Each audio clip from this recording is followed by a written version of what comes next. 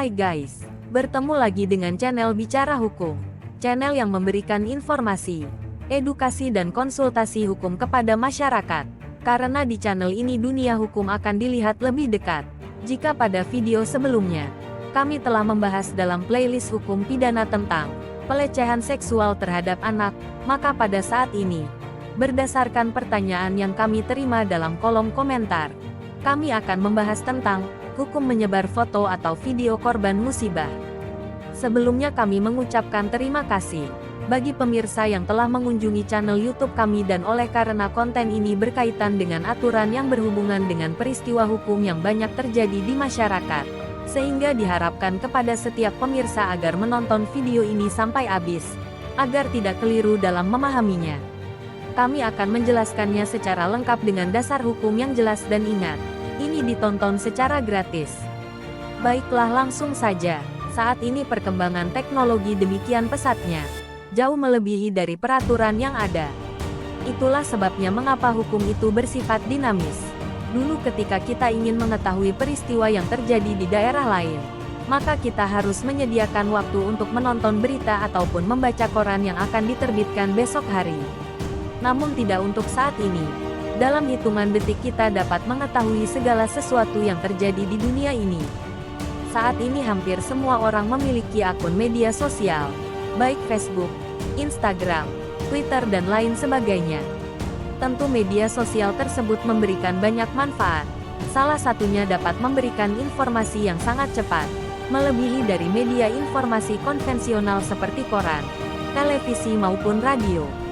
Saat ini banyak pengguna media sosial yang mengunggah atau mempublikasikan foto bahkan video korban yang mengalami musibah, misalnya korban kecelakaan, korban pemerkosaan bahkan korban pembunuhan dalam akun media sosialnya.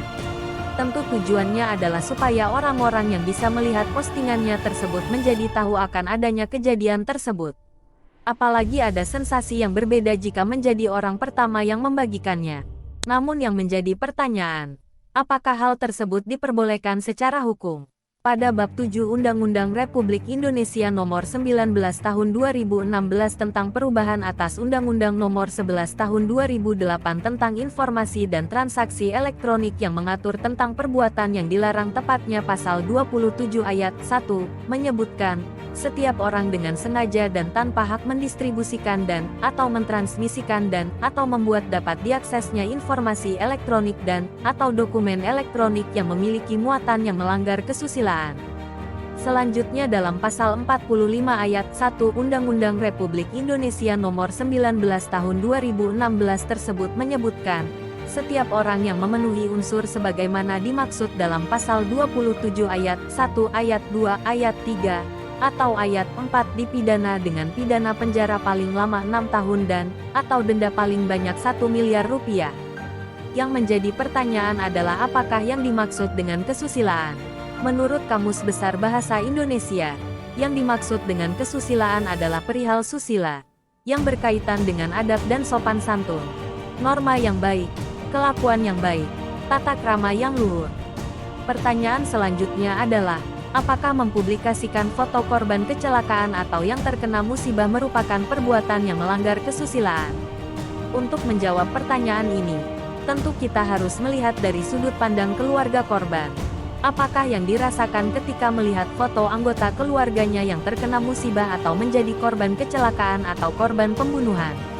Adanya foto atau video yang diunggah di media sosial yang berisikan tentang korban musibah atau kecelakaan atau kekerasan atau pembunuhan, tentu akan memberikan dampak yang buruk bagi keluarga korban. Dampak buruk seperti apa? Berikut kami jelaskan. 1. Menimbulkan reaksi trauma bagi korban. Respons setiap orang atas trauma yang dialami berbeda-beda, tergantung pada jenis dan tingkat keparahan peristiwa yang pernah dialami. Orang yang pernah mengalami kecelakaan mungkin akan lebih rentan mengalami trauma saat melihat foto kecelakaan dirinya sendiri. 2. Tidak menghargai privasi korban. Membagikan foto korban kecelakaan di media sosial itu sama saja artinya dengan tidak menghargai privasi korban.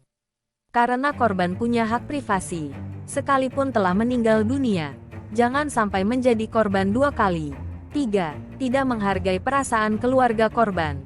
Membagikan foto korban yang mengalami kecelakaan tentu akan menambah rasa sedih bagi keluarga korban. Apalagi korban pembunuhan akan lebih menambah luka yang dialami keluarga korban.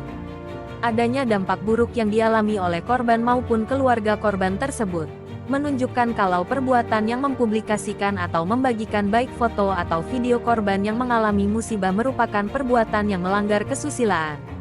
Karena nilai-nilai kepatutan di masyarakat tidak menghendaki adanya dampak buruk terhadap korban maupun keluarga korban dengan adanya publikasi foto maupun video tersebut.